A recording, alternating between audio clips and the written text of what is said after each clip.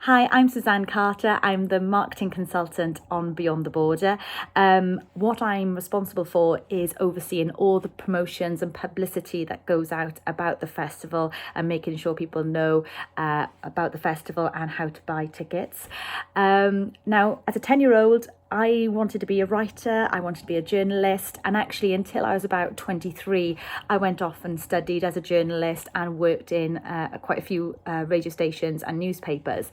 But actually, it was that opportunity working at a local radio station when I was an 18-year-old that I got the opportunity to work in their marketing and promotions department as a volunteer, trying to get that experience of working for a radio station.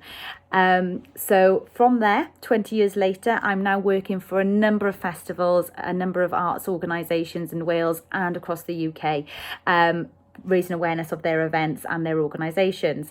And if I could give any advice, it would be about taking opportunities where they come up. You know, originally I wanted to be a writer when I was 10, and while I was working at a radio station, I had the opportunity to work in the promotions and marketing team.